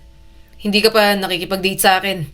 Hindi ko alam kung bastard ako o may pag-asa pero sana pagbigyan mo ako kahit isang date lang." Napatawa siya sa gitna ng luha. Sa kabilang banda, may Marco na halos araw-araw tumatawag. Tuwing sinasagot niya yon, medyo nakakaramdam pa nga siya ng guilt. "Kumusta ka?" tanong nito sa cellphone. "Okay na si nanay. Successful ang operasyon," sagot niya. "Good," sabi nito. "Sabi ko naman sa'yo, magiging okay lang siya. Anyway, malapit na akong bumalik dyan. Sana pag uwi ko, pagbigyan mo ako sa date. What do you think?" Napakagatladi si Marcela, sabay tingin kay Vong na abala sa pagre-repack ng mga daing. Kailangan niya na talagang diretsuhin si Marco. Ayaw niyang maging unfair pero talagang may napili na ang puso niya. "Sige, date tayo?" Pagpayag ni Marcela. Simbolo rin na pagbibigyan niya ito pero pagkatapos noon ay sasabihin niya na ang totoo. Umaga nang maghanda si Marcela, hawak ang maliit niyang bag. Simple lang ang suot niya. Dress na binili sa palengke, flat sandals at pigtail na nakasanayan niya na. Huminga siya ng malalim bago lumabas ng pinto. Nandoon si Vong sa sala. Nakaupo, nagkakape kasama ang tito niya. Paglingon nito sa kanya ay bahagya itong natigilan. "Saan ka pupunta?" tanong ni Vong. Walang paligoy-ligoy si Marcela. "May date ako kasama si Marco." Napatayo si Vong. Kita niya ang mabilis na pagkurap nito at ang pag-igting ng panga. Selos, lungkot, Hindi man ito nagsalita, malinaw sa mukha nito. Ilang segundo silang nagtitigan. Akala niya ipipigilan siya nito, magagalit o magsasalita ng kung ano. Pero ngumiti lang ito ng pilit. Okay, mag-ingat ka. Mas masakit pa yon kaysa kung pinigilan siya. Maya-maya ay umalis muna ang tito niya para asikasuhin ang lambat sa labas. Lumapit naman siya kay Vong. Hindi niya alam kung bakit, pero parang may humila sa kanya. Hinawakan niya ang kamay nito. Hintayin mo ko. Pagbalik ko, malalaman mo ang sagot ko? Nanlaki ang mata ni Vong. Marcela. Bago pa ito makapagsalita, hinalikan niya ito sa mga labi. Mabilis lang yon at magaan. Natatakot na baka makita sila ng pamilya niya. Dinilaan ni Vong ang pang-ibabang labi at matamang nakatingin sa kanya. Hinalikan mo ako. Dapat boyfriend mo na ako. Ngumiti lang siya at hindi na nagsalita. Sana ay sapat na yung assurance kay Vong na ito ang pipiliin niya. At bago pa siya maduwag, tumalikod na siya at lumabas. Naglakad siya hanggang sa main road at naghihintay na si Marco sa kotse. Ngumiti ito nang makita siya. You look nice. Salamat, sagot ni Marcela at medyo nailang pa.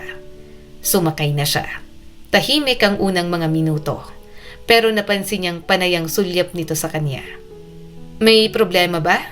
Tanong ni Marcela. Nag-atubili ito. Wala naman pero... Ano?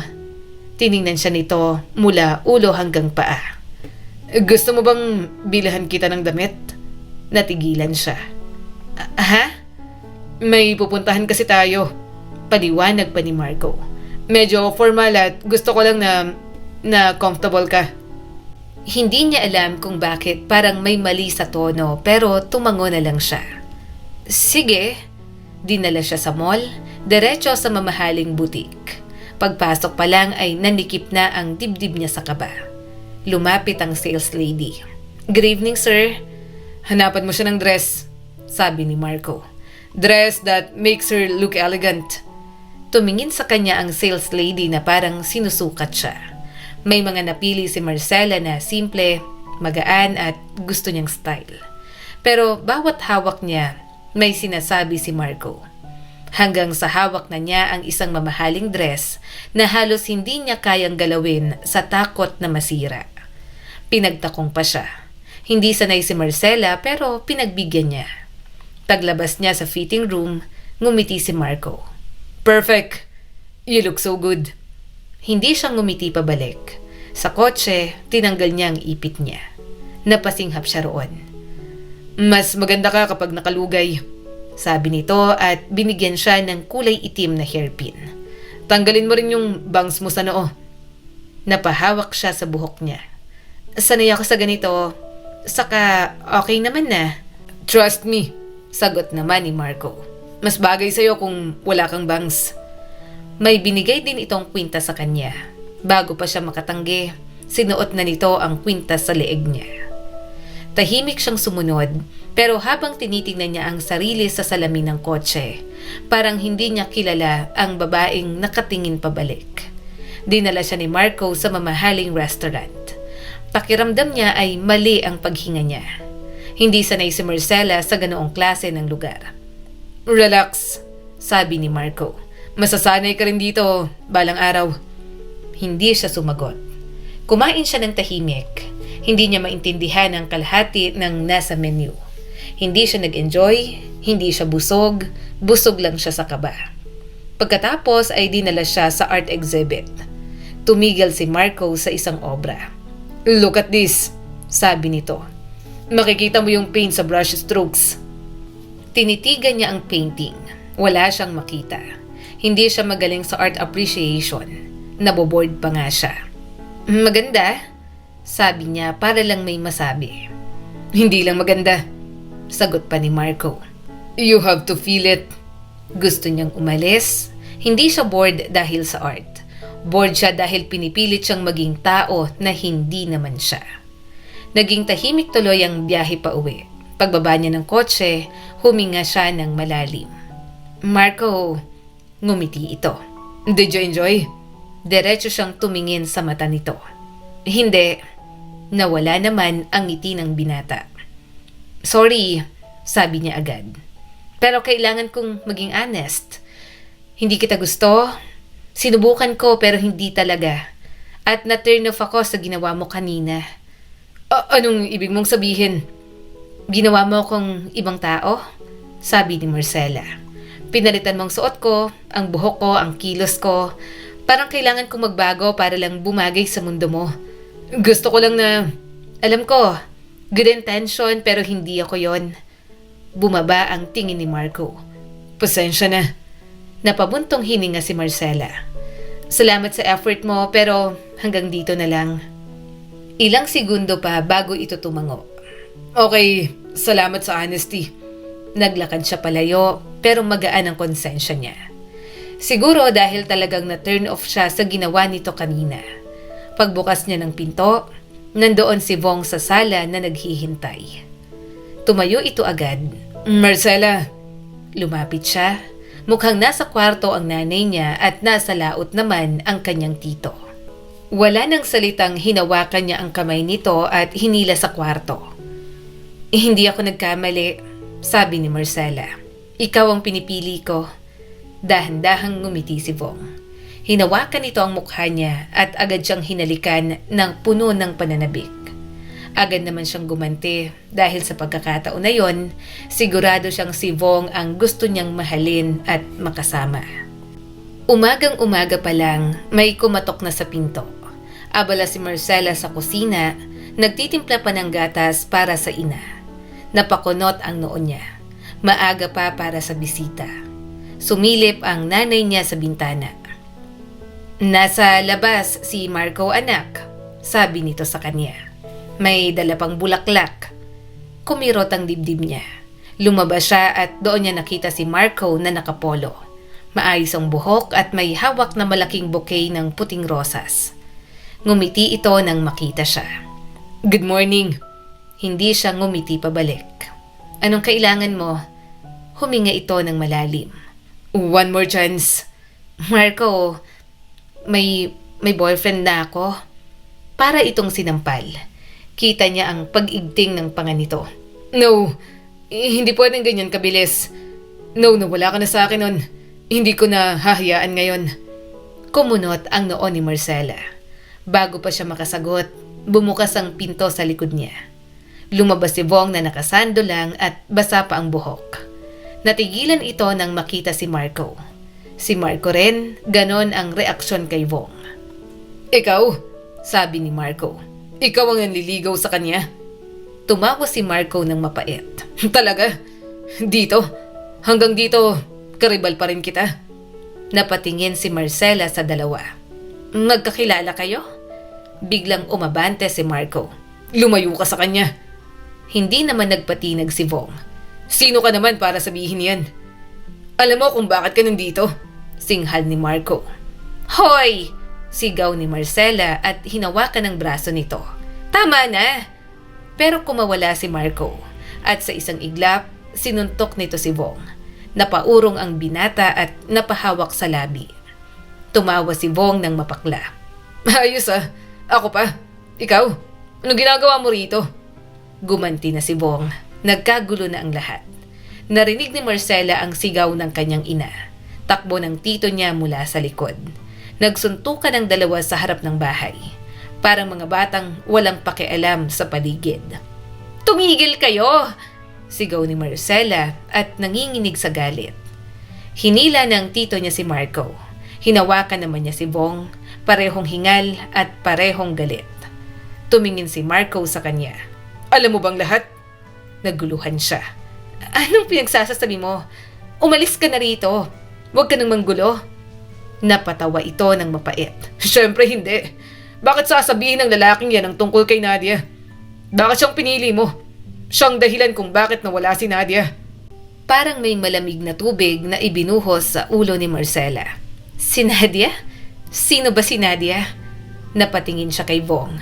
Matigas ang mukha nito at galit na tiningnan si Marco. Anong kinalaman ni Nadia dito? Tumawa si Marco. Sabihin mo sa kanya, Sabihin mo kung bakit ka lumapit sa kanya, Vong. Umiling si Vong. Tama na. Hindi, sigaw ni Marco. Karapatan niyang malaman. Sabihin mo na lumapit ka rin sa kanya kasi kamukha niya si Nadia. Parang tumigil ang mundo para kay Marcela. Hindi siya makahinga. Sinungaling, bulong ni Vong. Hindi yan totoo. Wala kang alam. Talaga? Hamon ni Marco. Sabihin mo sa kanya kung anong naisip mo nung una mo siyang makita. Tahimik lang si Vong at doon niya naintindihan. Doon bumagsak ang lahat. Parehong may koneksyon kay Nadia ang dalawang lalaking pumasok sa kanyang buhay. Pareho siyang nilapitan dahil kamukha niya ang isang patay na babae. Hindi dahil siya si Marcela, kundi dahil siya ang anino ng iba. Napaatras siya. Marcela, humakbang si Vong. Tumigil ka, sabi niya habang nanginginig ang boses. Pareho lang kayo. Kaya pala, pumasok siya sa bahay, diretso sa kwarto. Kinuha niyang bag ni Vong, ang damit nito, gamit at ibinuhos niya lahat sa labas. Umalis kayo! Sigaw ni Marcela. Natigilan ng dalawa. Marcela, makinig ka, sabi ni Vong. Huwag kang magsalita. Huwag mo na akong kausapin. Kaya naman pala ganun ka sa simula. Hindi niya na napigilang umiyak. Hindi ako kapalit ng minamahal niyong dalawa. Yung mahal niyong nawala na. Hindi ako multo ni Nadia. Walang makasagot sa mga ito. Nakita niyang luha sa mga mata ni Vong pero hindi siya nagpadala roon. Lumayo kayo sa akin, mariin niyang sabi. Huwag na huwag kayong magpapakita ulit. Hinila ng tito niya ang pinto at isinara. Doon na siya tuluyang napahikbi. Pinili niyang magtiwala pero gano'n naman pala ang mangyayari. Nahi, bulong niya nang makitang umiiyak din ang kanyang ina. Napatingin ito sa kanya.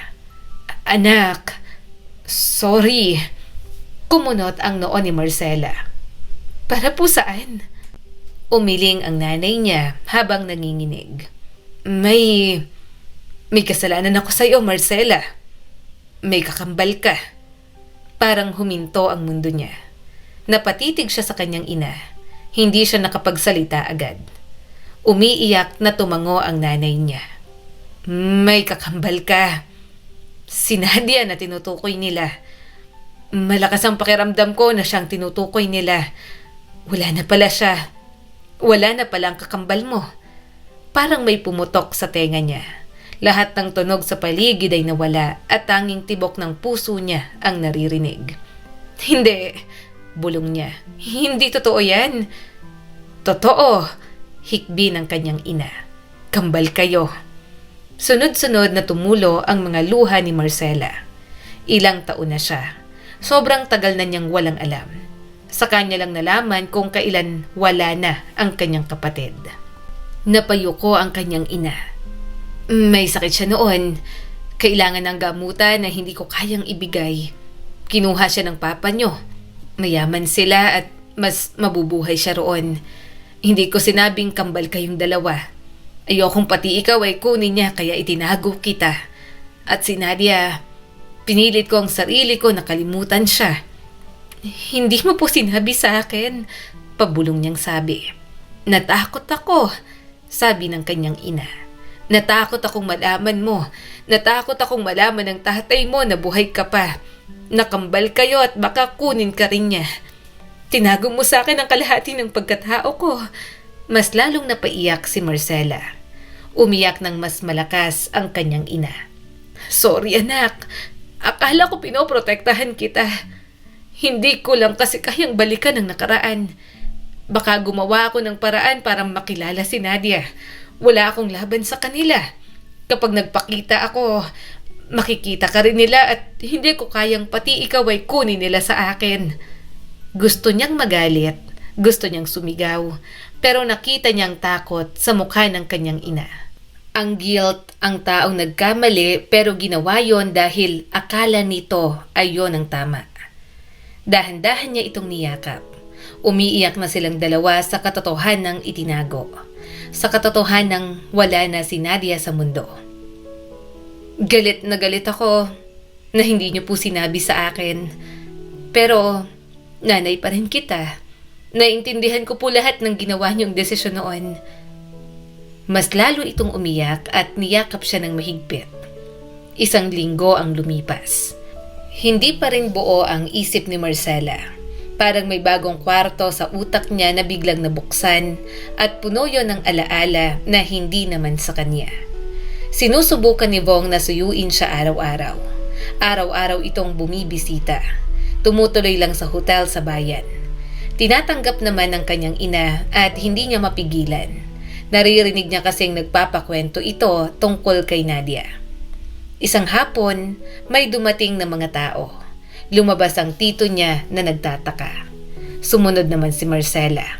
Mahirap makapasok ang sasakyan sa kanila, kaya nakasakay sa motor ang mga ito.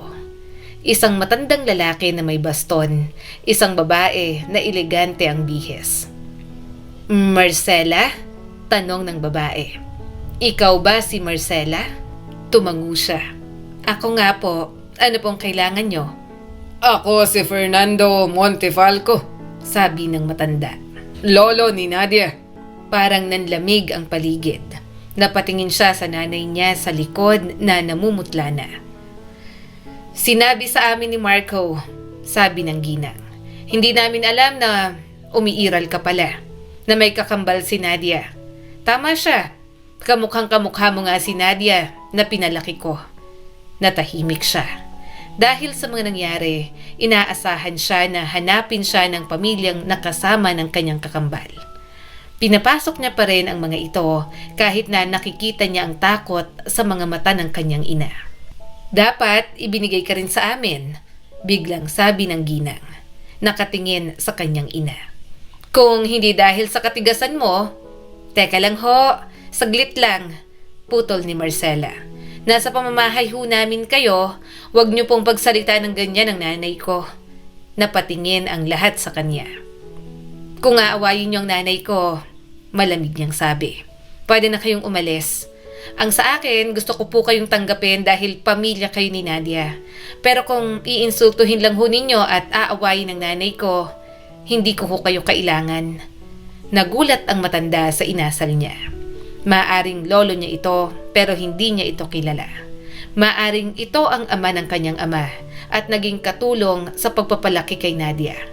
Pero walang karapatan ang mga ito na insultuhin ang nanay niya na nagluwal sa kanila ni Nadia. Bastos na kung bastos, pero ipaglalaban niya ang kanyang ina sa kahit na anong paraan. Mayaman man ang mga ito o hindi, wala siyang pakialam.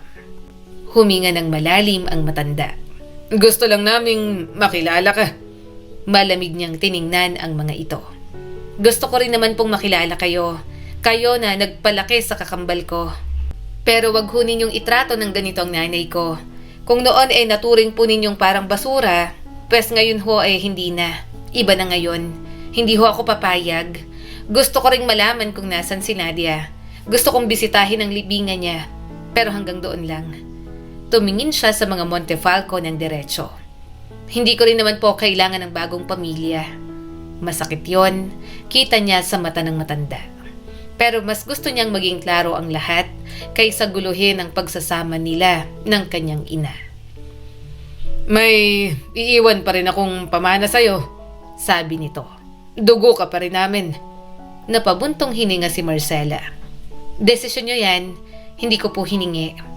Habang mabigat ang usapan, may dumating. Napalingon ang lahat nang makita si Vong sa may pintuan. Napahinto ito nang makita ang mga Montefalco. Biglang tumayo ang stepmother ni Nadia. Lumapit at sinampal si Vong. "Anong ginagawa ng lalaking to dito? Kasalanan niya kung bakit nawala ang anak ko." Nanigas si Marcela. Nagulat siya sa trato ng mga Montefalco kay Vong. Pero ang mas lalong kinagulat niya, walang ibang ginawa ang binata kundi ang tanggapin yon.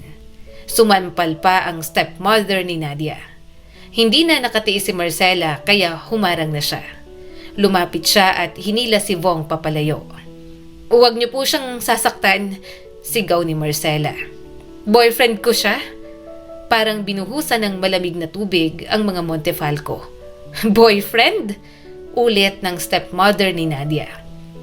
"Bakit po siyang sinisisi niyo? Hindi niya ginusto ang aksidente, sabi ni Marcela. Minahal niya si Nadia. Hindi kasalanan ng magmahal. Oras na ni Nadia noon, pero bakit niyo isinisisi sa iba? Hindi niya alam ang pinagdaanan ng lahat ng tao na malapit kay Nadia. Gayunpaman, nakita ni Marcela na wagas ang pagmamahal ng lahat ng taong nakapaligid sa kanyang kakambal noon. Kaya walang kahit na sino ang may gustong mawala ito sa isang aksidente. Matalim na tumingin ang ginang kay Bong. O baka lumapit lang siya sa'yo dahil kamukha mo si Nadia. Kumirot ang dibdib ni Marcela. Bago pa siya makasagot, hinawakan ni Bong ang kamay niya ng mahigpit. Tumingin ito sa kanya na para bang sa kanya lang dapat patunayan ang intensyon nito at hindi sa kahit na sino. Nakita kita simula umpisa. Ikaw ang nakita ko. Si Marcela at hindi si Nadia. Alam kong mahirap patunayan dahil kamukha mo siya. Minahal ko si Nadia bilang Nadia at minahal kita bilang Marcela. Magkaiba yun. Hindi kita minahal dahil naalala ko sa iyo ang babaeng minsan kong minahal. Nangingilid ang kanyang mga luha pero naniwala siya. Kayang-kaya niyang maniwala sa pagmamahal nito dahil araw-araw namang pinapatunayan ni Bong sa kanya na wala dapat siyang maging pagdududa sa lahat ng yon. Dahil kung ano ang naging pagmamahal nito kay Nadia, matagal na yung tapos. At sa kanya nito pinili na magsimula. Umalis na po kayo, sabi niya sa mga Montefalco. Kung nagagalit po kayo kay Bong, hindi ko po kayo pipilitin na baguhin ang nararamdaman nyo. Pero ito pong nararamdaman ko, huwag nyo pong tangkain na baguhin. Huwag din po sana nyong isipin na wala akong pakialam kay Nadia. Hindi ko man siya nakilala pero mahal ko siya bilang aking kakambal. Rerespetuhin ko po siya sa paraang alam ko. Pero ang pagmamahal ko po kay Bong, hindi kailangan na magsakripisyo dahil wala naman po siyang ginawang masama. Hindi na nakipagtalo ang mga ito. Wala na namang laban ang mga ito sa kanyang desisyon. Maaring kadugo si Marcela ng mga Montefalco, pero isang estranghero pa rin siya. Kaya umalis na lang ng tahimik ang mga ito. Nagsalita naman ang tito ni Marcela. Iiwan muna namin kayo. Kailangan yung mag-usap. Nang makaalis ang kanyang pamilya, si Marcela ang unang nagsalita. May pagdududa pa rin ako. Iniisip ko na baka isang araw matawag mo akong Nadia. Umiling agad si Bong at puno ng sakit ang mga mata. Hindi na. Mahal kita bilang ikaw. Paulit-ulit kong ipapaalala sa'yo para mawala ng pagduda mo. Ikaw na si Marcela na palaging nakaipit ng pigtails, mahilig sa mga bata, mahilig sa mga halaman, teacher, nagtitinda ng daing, gumagawa ng suka, paborito ang mga ternong damit na puro prints. Bigla naman siyang napabusangot. Ano? Sinasabi mo na namang pangit ang style ko? Natawa si Bong kasabay ng pagtulo ng mga luha. Mahal na mahal kita sa kung sino ka. Hindi tama na ikumpara tong nararamdaman ko. Pero itong pagmamahal ko sa'yo, ibang-iba. Sana naiintindihan mo. Kay Nadia, nakaahon ako pero sa'yo parang wala nang ibang buhay kapag ikaw ang nawala, Marcela. Magpakasal na tayo. Takot na takot ako mawala ka. Hinaplos niya ang mukha nito. Hindi naman ako mawawala. Magiging magkasama tayo hanggang sa pagtanda. Mahal na mahal din kita. Nang halikan siya ni Bong, alam niyang ipagkakatiwala niya na ang lahat dito. Na kahit anong mangyari, walang pagsisisihan si Marcela. Dahil sa puso't isip niya, niligaw man si Bong sa iba, para pa rin ito sa kanya. Ang kwentong ito ay nagpapaalala sa atin na hindi natin kailangan maging anino ng iba. May kanya-kanya tayong katangian, kaya hayaan nating mahalin tayo sa katotohanang dapat nating ipakita sa kanila. Muli, ako po si Skylar Guro at sana may bago na naman kayong natutunan sa kwento natin ngayon. Maraming salamat po.